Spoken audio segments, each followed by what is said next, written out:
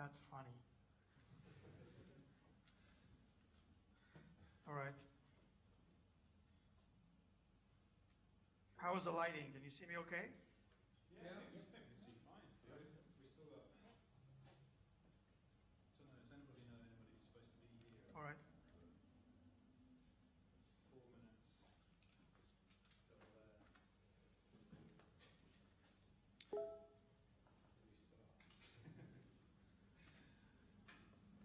Okay, so I'll just put this for now. Cool. Yeah. And you're just seeing the screen, right? Yeah, that's just the slides. So whenever you want to start, let me know. Cool. We'll just 3 minutes. Okay. That works. Perfect. Just in case somebody's late, because somebody's always late. Brilliant. Okay. I'll just put it on mute at the moment. Sure. All right. No worries. It's always people late. It's not bad for a couple of weeks notice. That wasn't the dig.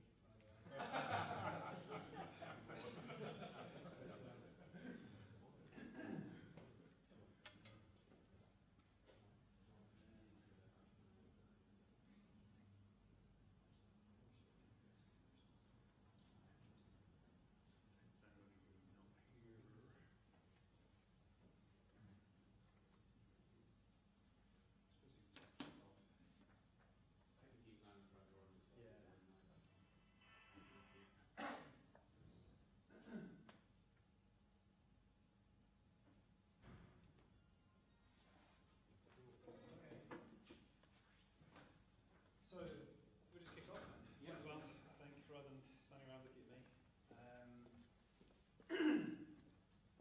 So this is the Scottish Blockchain Meetup, as it's now been rebranded. So thank you very much, everybody, for coming along. There's a few people here who have been to quite a few before, and there's definitely new faces here as well, which is fantastic.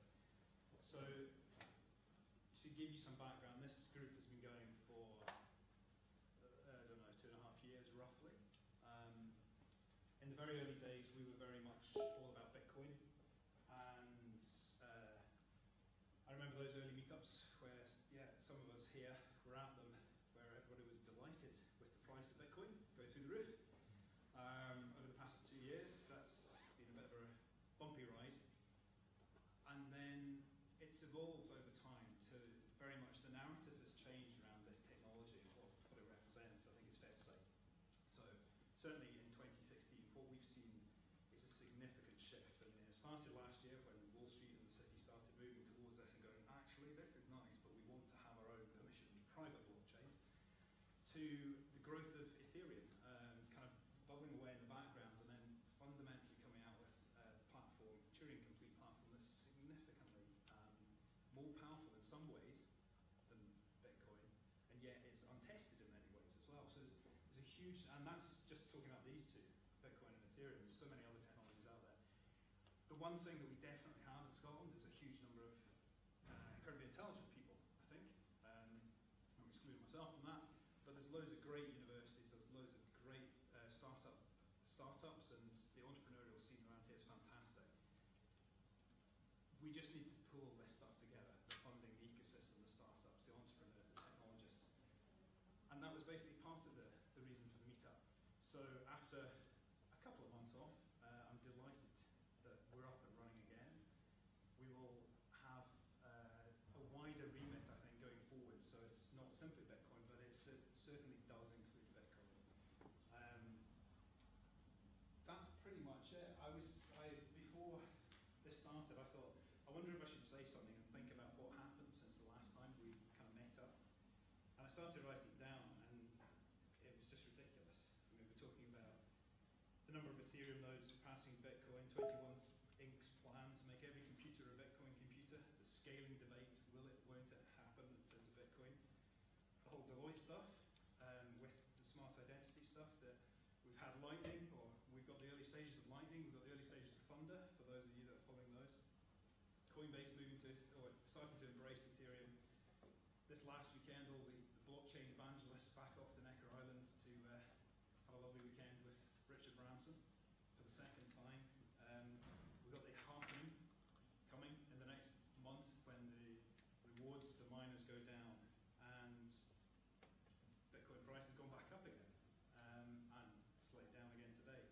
course, Satoshi was unmasked again, and then disproved again, so who knows what's going on there. And then we've got the DAO raising $173 million for a completely incredible kind of model, if we can call it a model, an incredible concept. However, let's talk about tonight. Let's talk about who we've got joining us tonight. I have, hopefully, a biography on my phone, which would make it a lot easier. I'm absolutely delighted tonight to welcome William Mougayar along. I've probably been aware of William for a long time. There we go. That's better. I'll move the screen so you can see a few more people as well. Yeah, I've probably been aware of William for a long time because certainly on the abc.com website, I've always on his blog, I've seen William commenting a lot on that over the years. And then about, I think, over 2 years ago, between 2 and 3 years ago, I remember reading an article by William about the stages and the steps that were required for Bitcoin to evolve and become more significant and, I suppose, break through to the mainstream. And since then, William has written a huge number of articles that are very intelligent and very reasoned and from a very good viewpoint, a very different viewpoint to a lot of the viewpoints that perhaps were shared by some of the more ideologically kind of focused members of the community at the time. It's been hugely informative, and he's followed that up this year with a book which I hope all of you will read if you haven't already, called The Business Blockchain, Promise, Practice, and the Application of the Next Internet Technology. Just to give you some background, which I'm cheating by reading the Meetup site, but William is the general partner at Virtual Capital Ventures, an early stage venture capital fund, and currently sits on the board of directors of OB1, the Open Bazaar open source protocol that's pioneering decentralized peer-to-peer commerce. He's a board advisor to the Ethereum Foundation, a member of the OMA's Ventures Board of Advisors, and advisory board member to CoinCenter, the founder of Startup Management. It's fair to say William has a finger in a lot of pies, and is quite keen on Ethereum, and he has a lot of experience, so I'm going to shut up now, and I will pass across to you, William, and we'll take it from there, and I will check the levels, but please feel free to start. Great. Thank you very much, Doug. There is an echo, but it doesn't bother me that as much as long. Oh, actually, yeah, there's an echo. I'll put us on mute at the moment. All right. Okay, this is better. Thank you. Just to get a feel for everybody. Hi, everybody. I am William Mougayar, and I'm dialing in from Toronto. It's 1:30 in the afternoon, so it's still sunny out there. Just to get a feel for the audience, can you tell me roughly how many of you are in the technical side versus the business side? So first, let's maybe by a show of hands, how many would consider being in the technical side, meaning that you have developed and programmed something to do with Bitcoin or the blockchain? And yeah, half and half. So what's the mix, Doug, between business and technical from your perspective being there?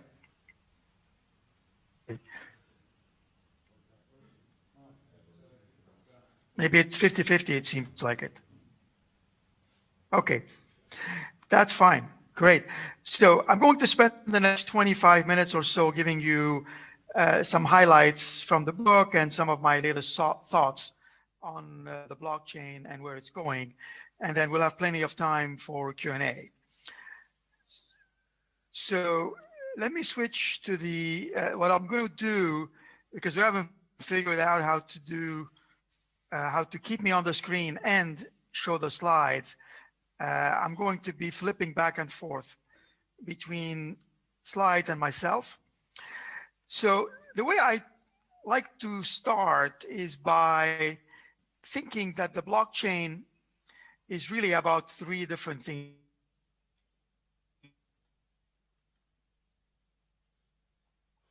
that have come to full technology, quite technology. but it also has business implications, and it also has legal ramifications that are profound. And the mistake that I see some people do is that if you look at it only as a technology, and if you ignore the business and the legal aspects in terms of what the impact is, then you're only using maybe a third of the potential of the blockchain. And I see this happening a lot in the banks, and we'll come back to that point, where some of the banks, because they are highly regulated, they start by saying, well, I don't want to change the regulation. I want to start with my current regulation. And they might say, well, I don't want to change my business. I'm happy the way it has been for the last 100 years. So let's just look at blockchain just as a technology. And this is one of the drawbacks of some of the implementations out there.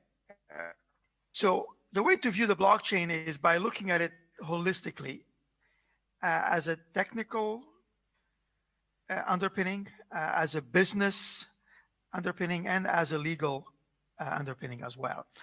So I just offered 3 different definitions. And on the technical side, yes, you can see it as a backend database that can maintain a distributed ledger openly. As a business, you can see it as an exchange network for moving value between peers. And the peer-to-peer aspect is very important. And if you look at it from a legal perspective, you're seeing this as a transaction validation mechanism that does not require somebody in the middle to assist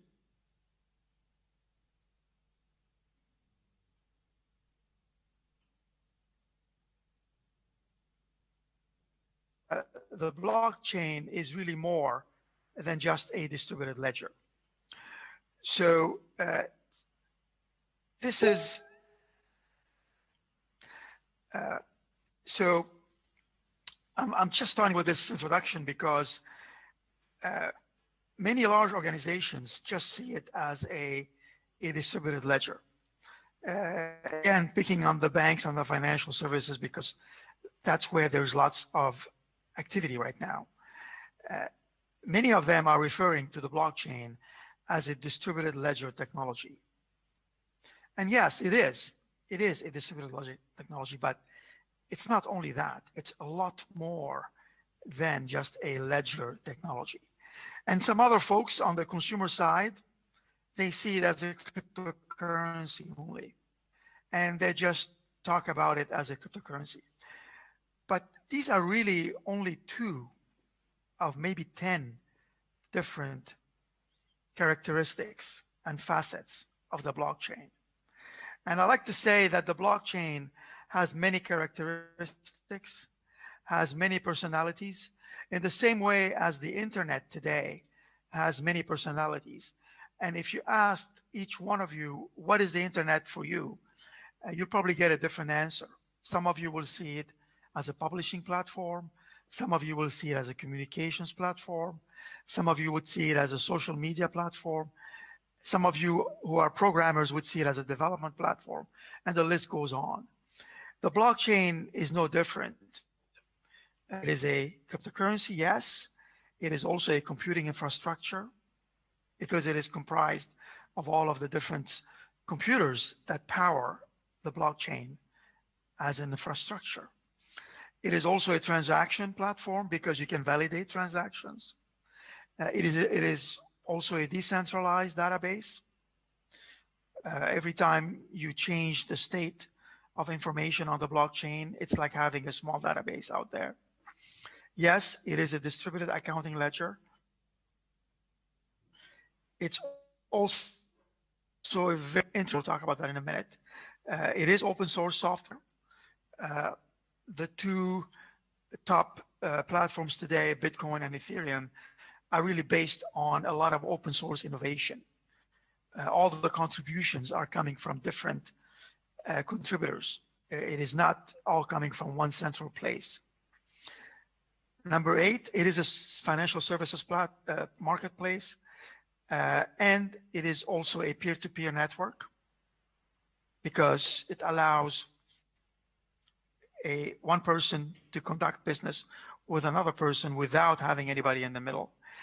And at the end of the day, what the blockchain is giving us is a trust services layer. So it is really about trust. It is trust that is being disrupted with the blockchain. And if your current function has anything to do with trust, then there is going to be disruption going forward. And I'll come back to it in terms of the different services that we can imagine on the blockchain that have to do with trust. And now, let me just switch gears a little bit and tell you how I view the blockchain. And the way I like to view it is that it is on par with the web. So if you think about the web and what has happened in the last 20 years, if you think about it, the web came along and the web became a platform that was really on top of the internet. So the World Wide Web is really an overlay that came on top of the internet. And blockchains and the blockchain's technologies are really another overlay, very similar to the World Wide Web, but they are now sitting at par with the web. And the implications of that is that now, if you think in terms of applications, because the web came along and then we started to develop a whole variety of web applications that depended on the World Wide Web as a protocol. The same thing with the blockchain. The blockchain and the blockchains, I'm using that generically, whether it's Bitcoin or Ethereum or other ones, it doesn't matter. They all have a protocol and they are all there so we can write applications on top of these blockchains. In the same way as we have web applications, we are starting to see blockchain applications. And there are two flavors of blockchain applications. There can be native blockchain applications, or they could be hybrid, meaning that they might have 1 foot as on the web and 1 foot on the blockchain. And we'll go into some examples in a minute. Now, if you take this one step further and you think of the fact that, yes, the internet is public, but there are lots of private networks as well. And in the same way that we had public web applications and private web applications, we're going to also have private blockchain and public blockchain applications. And then if you think of the hybrid variation that I gave you earlier, so there could be applications that have some web side to them and some blockchain side to them, both in the private setting and in the public setting, then you really have 4 types of blockchain applications. And that's really what is going on right now. I am seeing innovation in all these 4 segments. And it's important to understand the segmentation because each one of these implementations is slightly different. Let's switch gears a little bit and talk about financial services, and then we'll come back and tie it back together. Doug has asked me to talk a little bit about financial services. If you think about what happened in the last 10 years or so, we've seen a lot of innovation in the fintech space. This is before blockchain. And we could argue that the fintech movement and all of the startups in the fintech space came along because the banks did not innovate in the first 10 years of the internet. If you think about it, between 95 and 2005 or so, what did the banks give us? They gave us online banking, so we can check our online statements instead of getting them on paper. And we can pay bills online. So yes, we are licking less stamps. And maybe recently, if you're lucky to have one of that service in one of the banks, you can take an image of the check if you want to deposit a check. And that's enough. You don't have to go to a teller or to a banking machine, and that's enough. So the banks really did not innovate too much with the internet. So the result of that was that a number of startups entered the scene and attacked the bank. And that phenomena is called unbundling banking, whether it was in the US or in Europe. And you know these names as well as I do. In Europe, there is Squirrel, Lendico, Moni, and so on. And the list goes on, and there are more of them coming on the scene, especially in the loan area, lending and peer-to-peer movement of money. PayPal having started that, TransferWise, and so on. All of those are at the periphery of banking, but their numbers are staggering of the business that they are doing. And they all have attacked the banks, and the banks did not feel it at the beginning because they were all very small. And they seemed harmless at the beginning. But now you wake up and you look at and it is quite daunting. The point of this introduction to fintech is that the same thing is going to happen with blockchain. A few months ago, I put together this of blockchain companies in financial services. This is just blockchain in financial services only. And there are close to 300 companies on this slide. And many of them are small, and many of them are probably insignificant in the eyes of the banks. But in the same way as fintech started that way, and now we have big companies like PayPal, TransferWise, and others, the same thing is going to happen with blockchain startups. A dozen or so of those will become large and will become significant. So that is the warning that is going to financial services companies. And if you were to think of an evolutionary path in terms of what might happen with how the blockchain is going to infiltrate financial services, if you can see this here in the middle, there's lots of activity today in the trading and capital markets. That is where a lot of the banks and the financial institutions are spending a lot of time trying to figure out how to shrink the clearing and settlement time frame. The capital markets segment is huge. It has been called as a quadrillion dollar opportunity as a marketplace. And yes, rightfully so, there is going to be a big market in using the blockchain in the capital market space, in the area of bonds, derivatives, over-the-counter, commodities.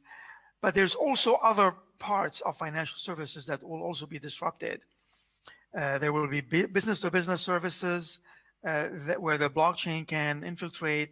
There are consumer-facing services as well, specifically with identities. And then there are lots of back-end services moving up that chart where the banks will look at it as a cost saving. And then finally, there will be some inter-industry processes that will challenge the existing ones, like SWIFT.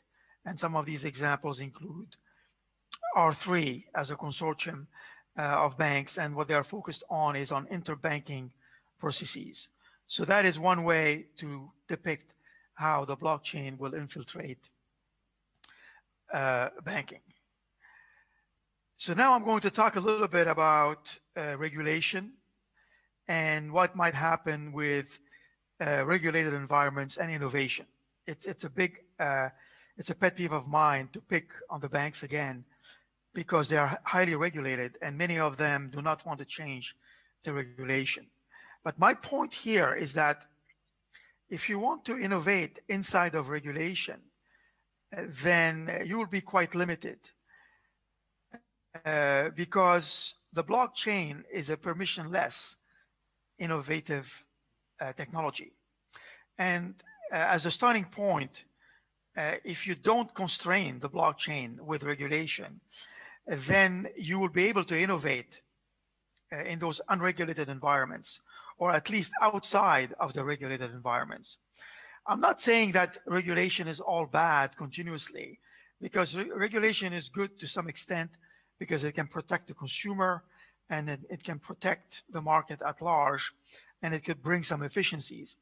But if the starting point is regulation, and if we see that as a controlling element, then we are going to limit the potential of the blockchain. What I would rather advocate for is I would challenge the regulators themselves to be innovative themselves.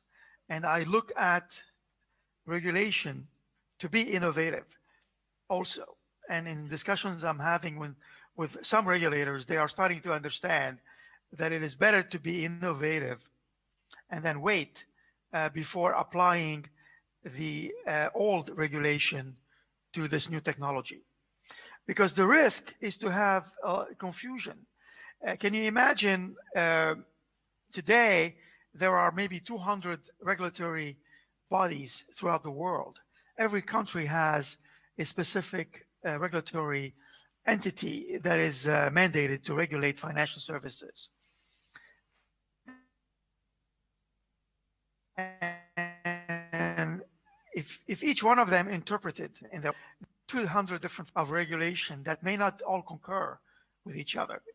200 is a lot. It's more than the flavors of ice cream that you and I can maybe name in a few minutes. So the idea here is we need new regulation instead of applying old regulation.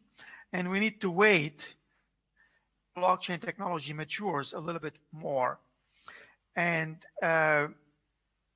the risk here is that if we centralize regulation again too much, then we're defeating the purpose of what the blockchain is going to give us. And finally, there's one other point, which is to think about where do you insert the blockchain in the process. So if there's an end-to-end process that starts here and ends there, and if you don't want to change anything until the very last part of the process, and innovate throughout the whole process. And this is what's happening today when banks come in and even clearinghouses, they say, well, we don't want to change the regulation. And they say, we don't want to change where the digital assets start, but let's apply the blockchain at the tail end of the settlement and the clearing. And maybe we'll get a 20% benefit. Maybe we'll improve the speed, or maybe we'll save a little bit of money. But this is only the beginning. I think the innovation will come when you start end-to-end, when you have digital assets on the blockchain from the get-go, from the beginning. An example of that particular situation is a company in London, in the UK, called Clearmatics. If you've heard of Clearmatics, they are developing a DCN, a decentralized clearing network, which will have specifically on over-the-counter derivatives.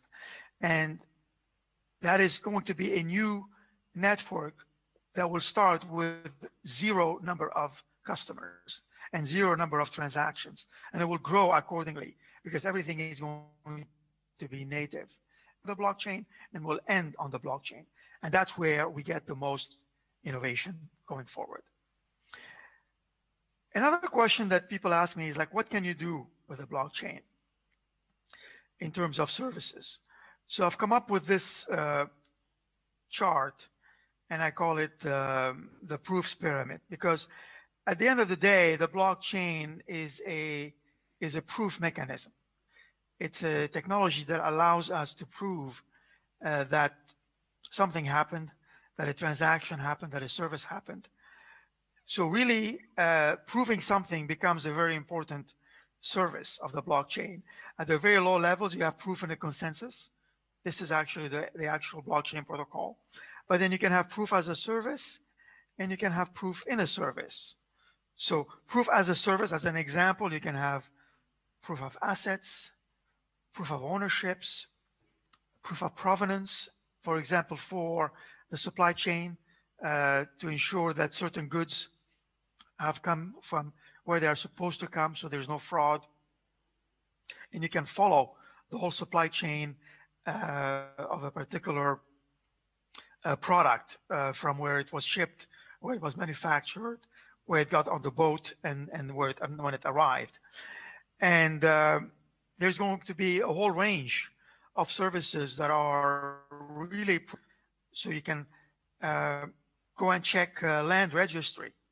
So why do we have to rely on some escrow service to check the land registry or a particular deed transfer, whereas we can have that, all of that reside on the blockchain? Because the blockchain is a great mechanism to have a chain of custody.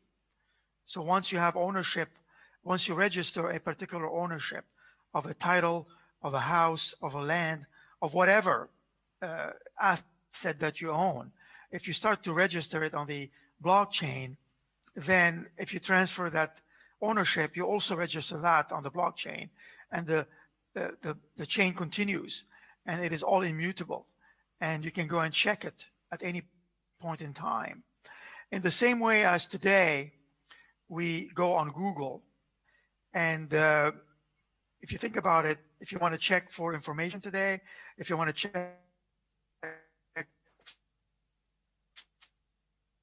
or service on Google, you're going to go on the blockchain. I'm not sure what the term will be. It will not be Googling. It will be something else. And you will go there to just check for the authenticity of a particular ownership. You will check for the provenance of a particular product. You will check for the actual fact that was that person married to this person. You will check for assets. And that's going to be the next level of what I call dial tone trust services on the blockchain. So I'm looking forward to seeing more of these services. I talked to you earlier about decentralized applications, and I want to give you an application that I've been involved with, the OpenBazaar, as the investor and on the board of OpenBazaar. But they are a very large-scale decentralized application that is sitting on the Bitcoin blockchain. But it does not use the web. It only uses the internet. So if in OpenBazaar, you start by downloading a particular piece of software, and it sits on your desktop, and you interact with it directly from that application. You do not use your web browser to interact as a client on OpenBazaar. So it is really a peer-to-peer application. And this is an example of many other applications that we will see going forward, whether they sit on the Bitcoin blockchain or on the Ethereum blockchain or on any other blockchains. And the advantage of this, so OpenBazaar is like having eBay without eBay. The advantage of OpenBazaar, as an example, is that you save in transaction fees and you save in credit card fees because trading becomes free. And here is a testimony from somebody that has been using OpenBazaar. They've made 20 purchases, and it only cost them $1.40 in terms of fees as a whole. So you can imagine the potential savings that are possible when we have peer-to-peer services that do not include transaction fees, that do not include listing fees or licensing fees. And this is really the promise of decentralized applications, where previous middlemen, previous intermediaries used to take a cut. And maybe now we can question it by the decentralization. So decentralization is really about three pillars I like to call trust, wealth, and information as the three pillars of decentralization. And they are all about to get disrupted, starting with trust and all of the trust-based services, wealth and wealth creation, and then information that is getting used and a lot of services around information that is decentralized. I'm going to rush through the last two slides. Decentralization looks like, I'm not going to spend too much time on that one. It's in the book, but you know decentralization because you are involved in it. But it really is about having less intermediaries or no intermediaries delaying anything. It is really about peer-to-peer transactions. It is really about resiliency against attacks, because you cannot attack anymore one single node. You cannot attack a center anymore. Even if a few nodes go down, the rest of the network continues to be live and to be strong.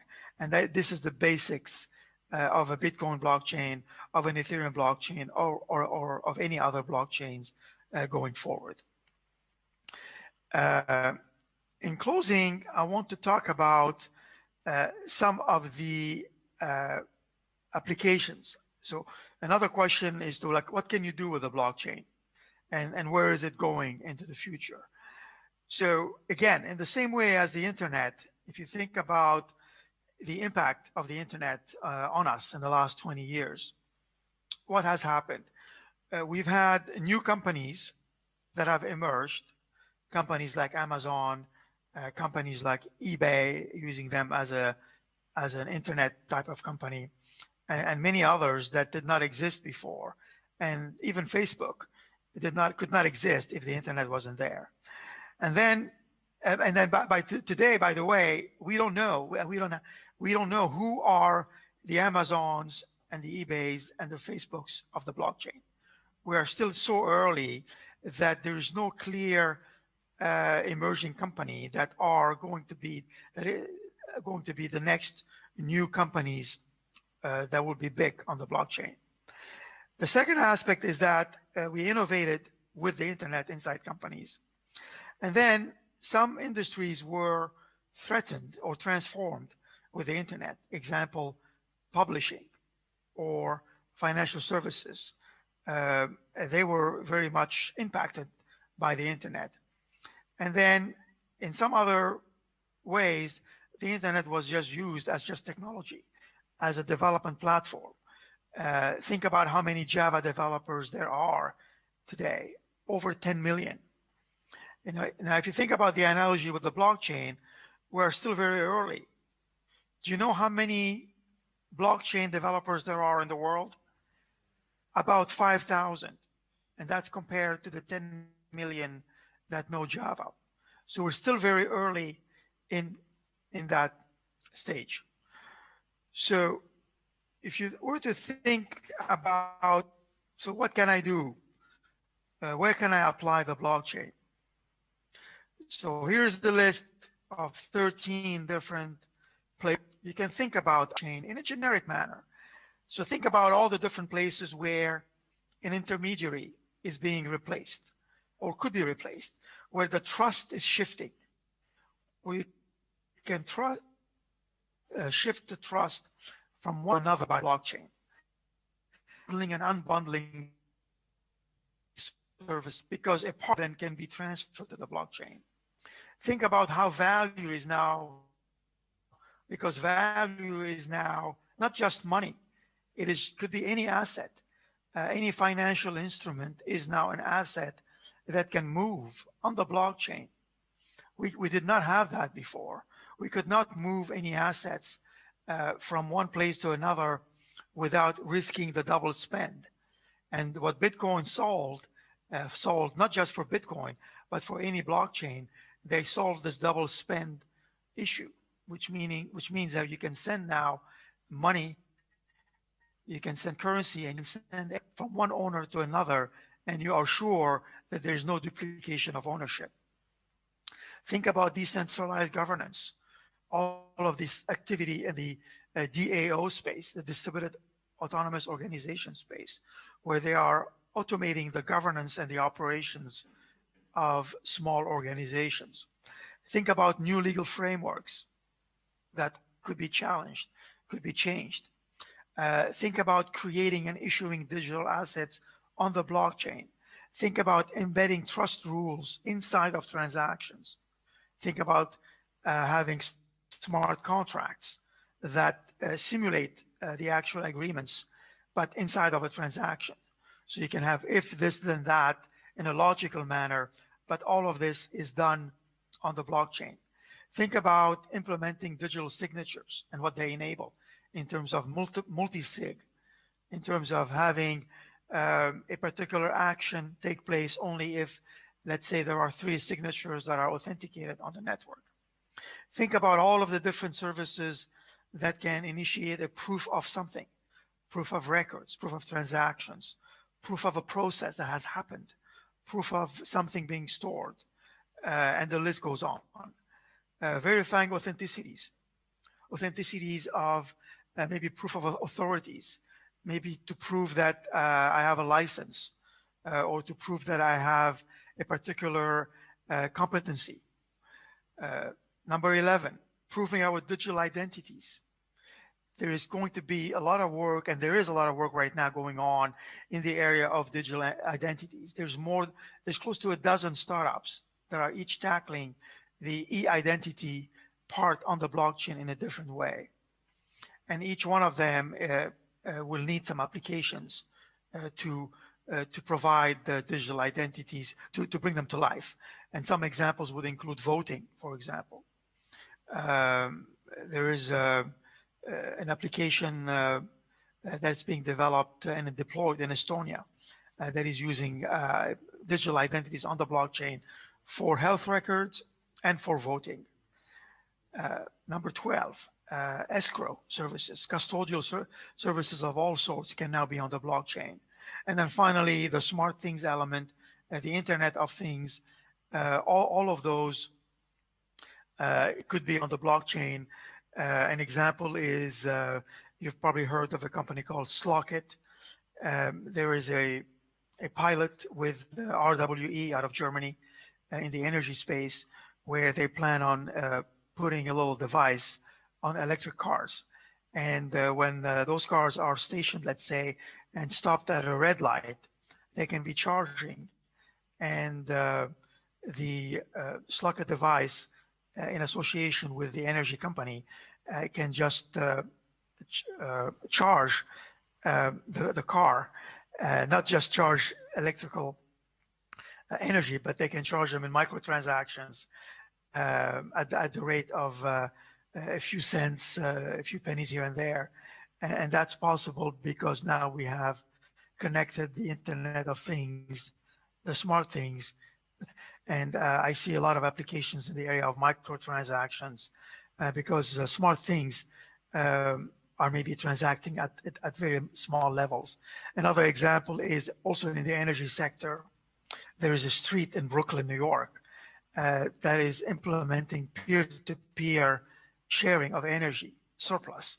So if you're getting, if you're receiving energy that you don't need, you can resell that to your neighbor, and it is all being tracked on the blockchain.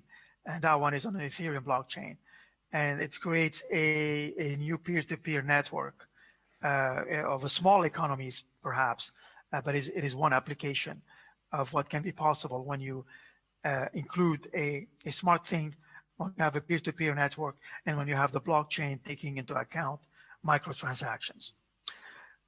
So that's the end of my talk. I hope to have given you a little bit of a feel for what my latest thoughts are in the blockchain space as we speak.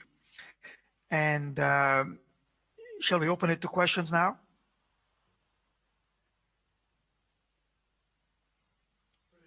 Brilliant. I've turned on.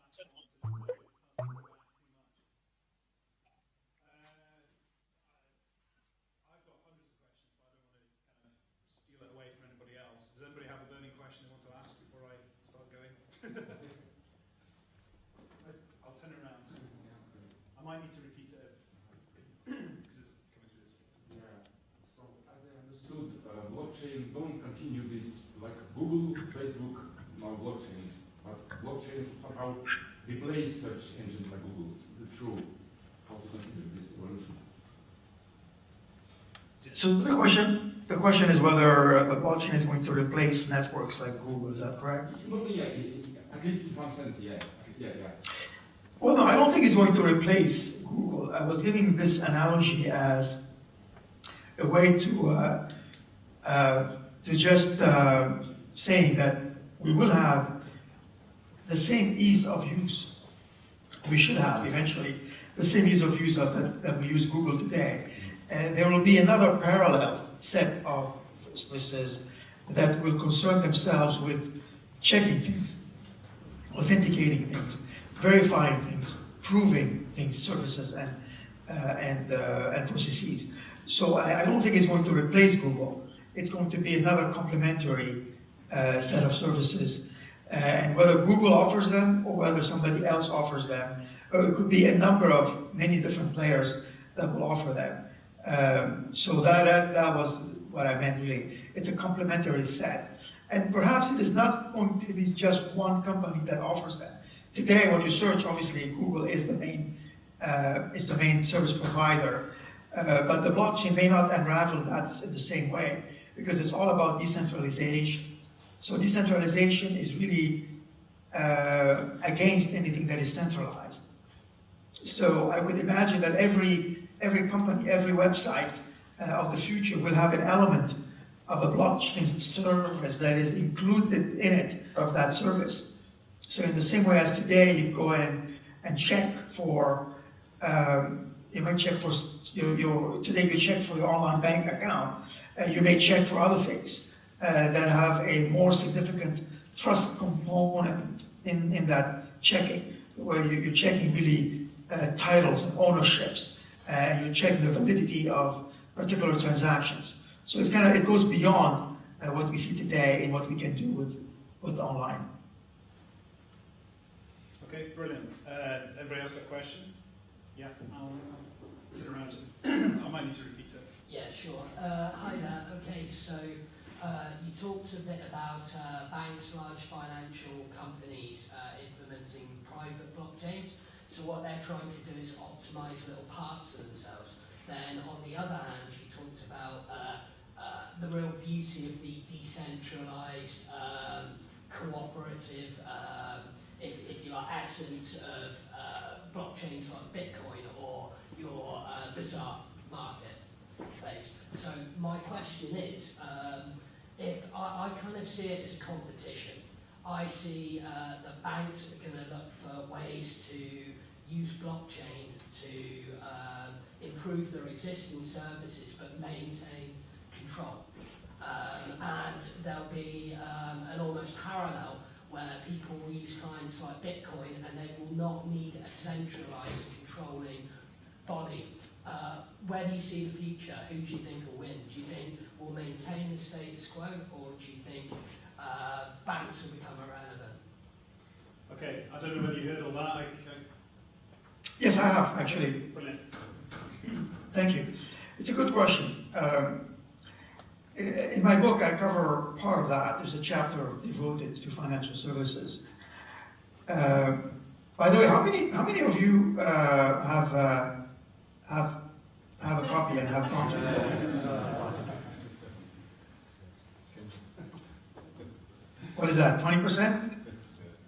Ish. Yeah. So you know what you have to do after this call? You have to go on Amazon. It's available in the UK now.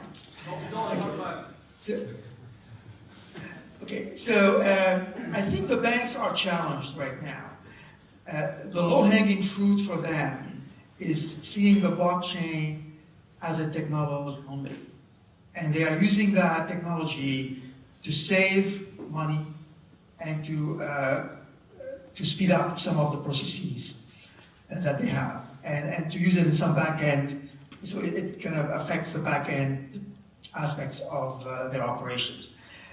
I'm not saying this is bad. It's a good entry point. It is the low-hanging fruit. It is what they can do today without changing the regulation that is around their business. So the question here that is out there in the open is, will they stop there, or will they be able to innovate beyond just using the blockchain as a technology enabler to improve themselves? And I've been saying this, the banks do not want to change themselves, but they are okay improving themselves. They can understand how to make improvements of 10%, 20%, how to save money here, how to make something a little bit faster there, and to create services and to be innovative. Their interpretation of innovation is to innovate within the confines of their regulatory walls. So that is limited. Now, the challenge for them is some of them will want to innovate outside, but I think the minority will innovate outside. And in the long term, what's going to happen is two things. There will be blockchain-based companies that will start to challenge on some of these services, whether it is on the business-to-business aspect, like Clearmatics as an example, which is a version network that is really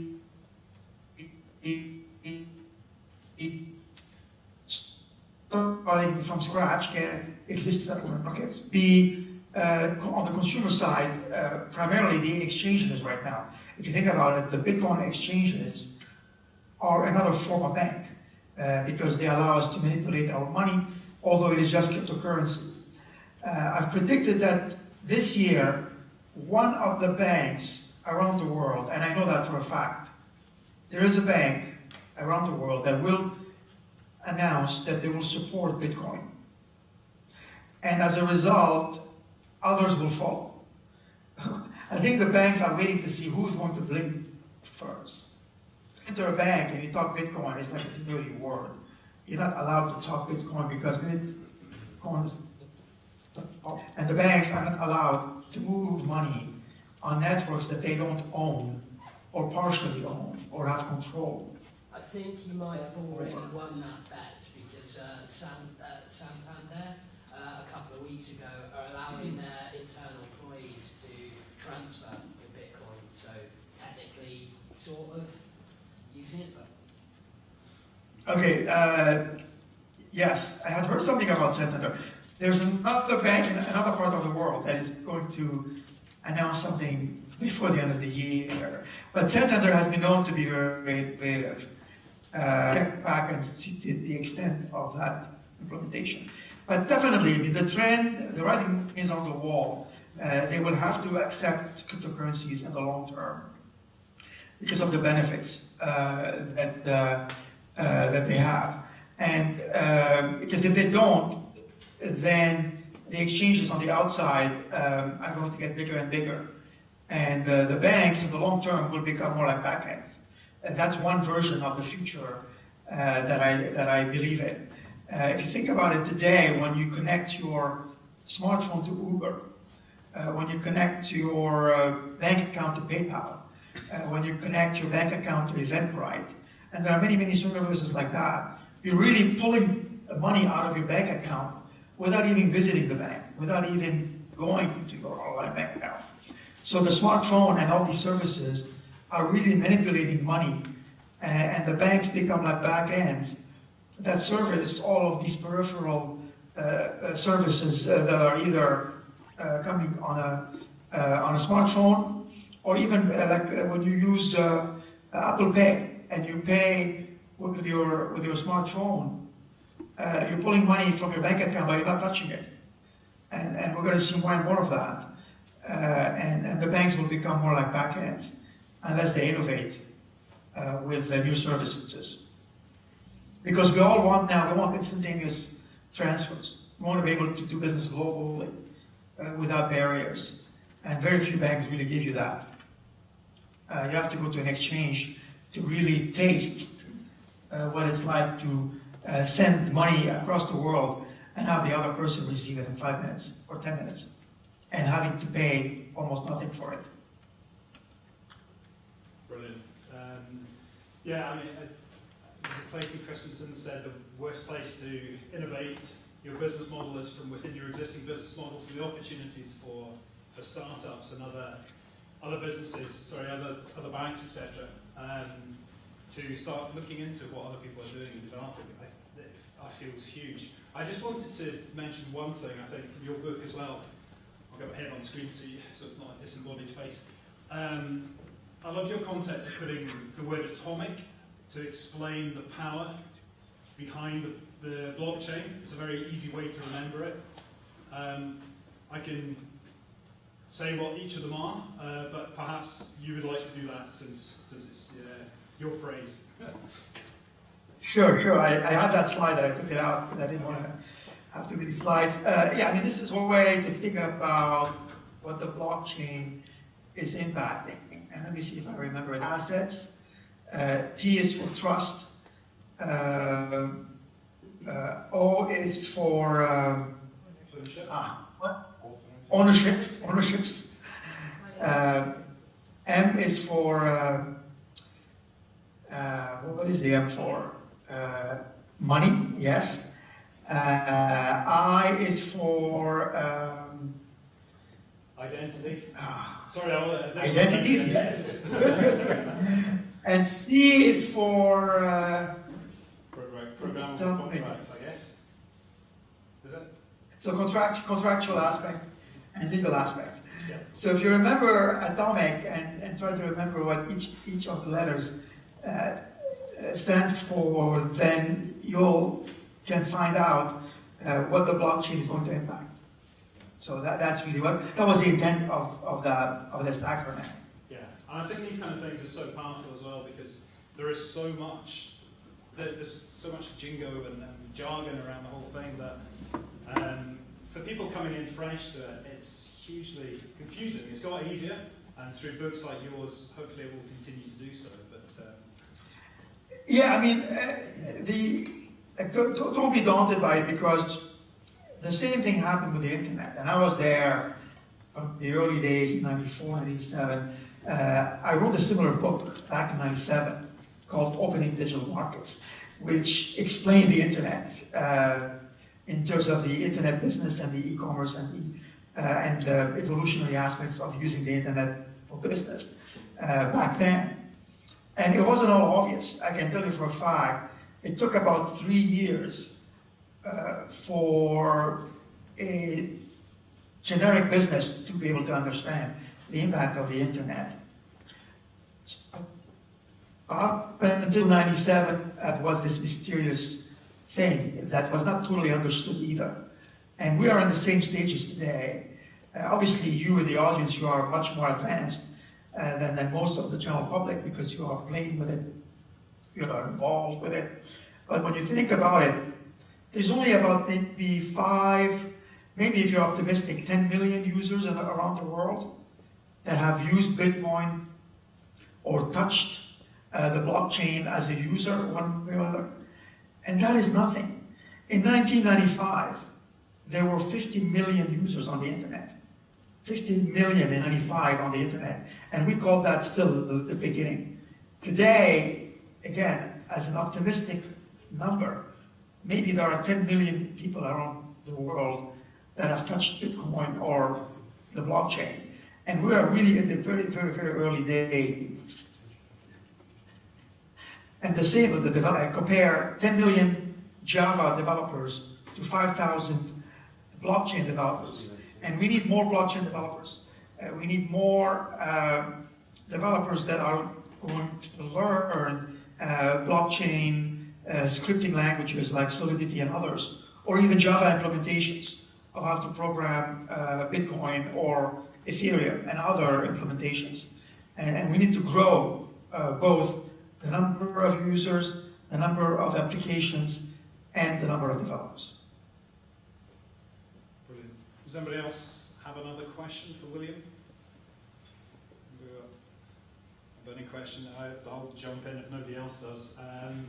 So, to me, and I do have a self-interest in this, but to me it seems like identity is a pivotal part of this whole ecosystem as it builds up.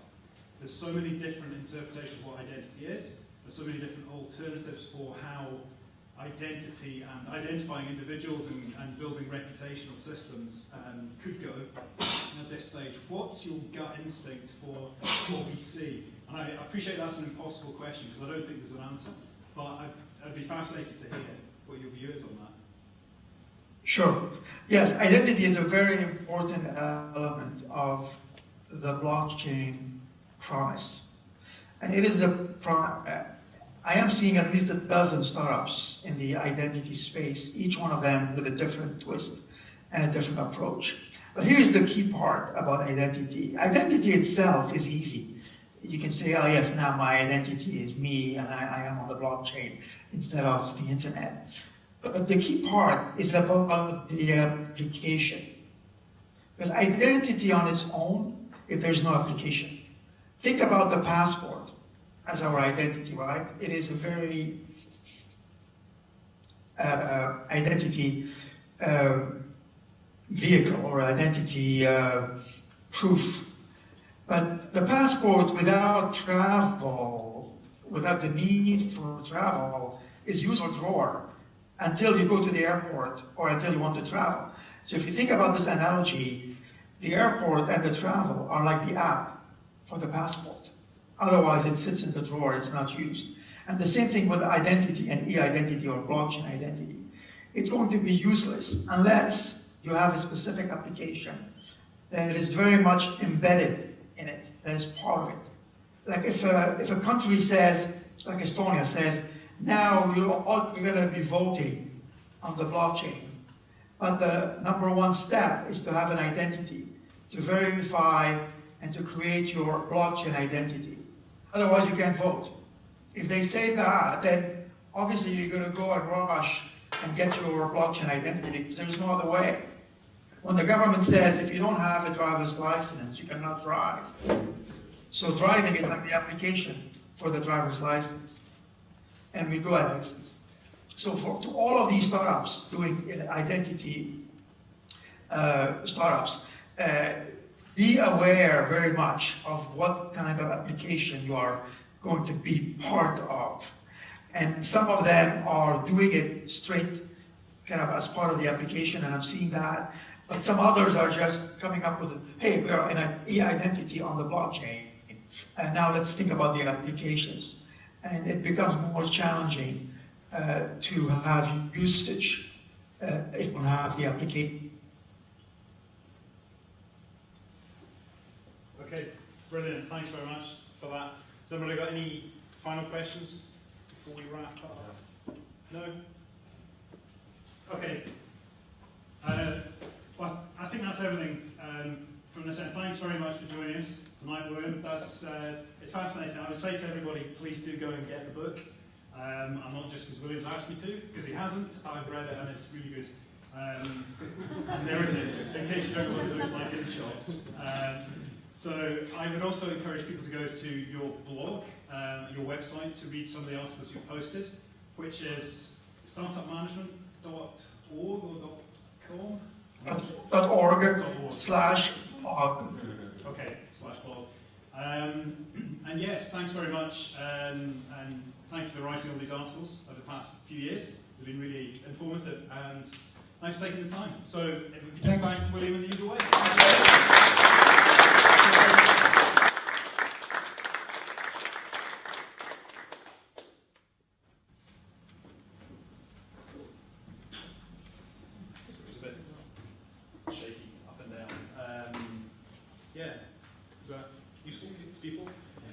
So it's really hard to work out because some of these things are very much somebody will come in up here and then you're fresh to it. And so, I don't even understand what that is. So it's maybe not a beginner's guide to